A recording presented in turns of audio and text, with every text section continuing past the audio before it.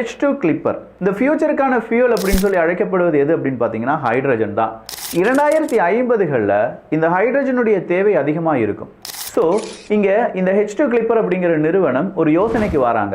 எல்லாருக்குமே ஹைட்ரஜன் தேவைப்படும். கண்டிப்பாக ஹைட்ரஜன் தான் ஃபியூச்சர் ஃபியூல் அப்படின்னு சொல்லிட்டு இருக்கும்போது ஒரு இடத்துலேருந்து இன்னொரு இடத்துக்கு ஹைட்ரஜனை கொண்டு செல்வது எப்படி, அதுவும் எளிமையாக கொண்டு செல்வது எப்படி அப்படிங்கிற அந்த கான்செப்டுக்குள்ளே நுழையிறாங்க. அதுதான் பைப்லைன் இன் த ஸ்கை. இவங்களுடைய அந்த டார்கெட் என்னன்னா, இந்த பைப்லைன் இன் த ஸ்கை அப்படிங்கிற ஏர்ஷிப்பை உருவாக்கணும். இது தாங்கி செல்லக்கூடிய ஹைட்ரஜன் கேஸினுடைய அந்த வெயிட் எவ்வளவா இருக்கும் அப்படின்னு கேட்டால் தோராயமாக 200 டன் இருக்கும் அப்படிங்கிறாங்க.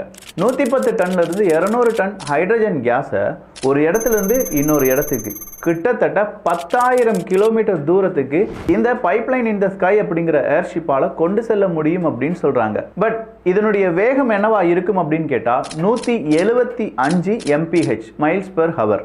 நார்மல் ஜெட் விமானங்களை விட ரொம்பவே கம்மியான ஸ்பீடு தான் அப்படின்னு நம்ம வச்சால் கூட இந்த ஹைட்ரஜன் கேஸை ட்ரக் வழியாக கொண்டு போகிறதுக்கும் ஷிப் வழியாக கொண்டு போகிறதுலேருந்து 7 to 10 மடங்கு அதிக வேகத்தில் ஹைட்ரஜன் கேஸை ஒரு இடத்துலேருந்து இன்னொரு இடத்துக்கு கொண்டு போயிடலாம்.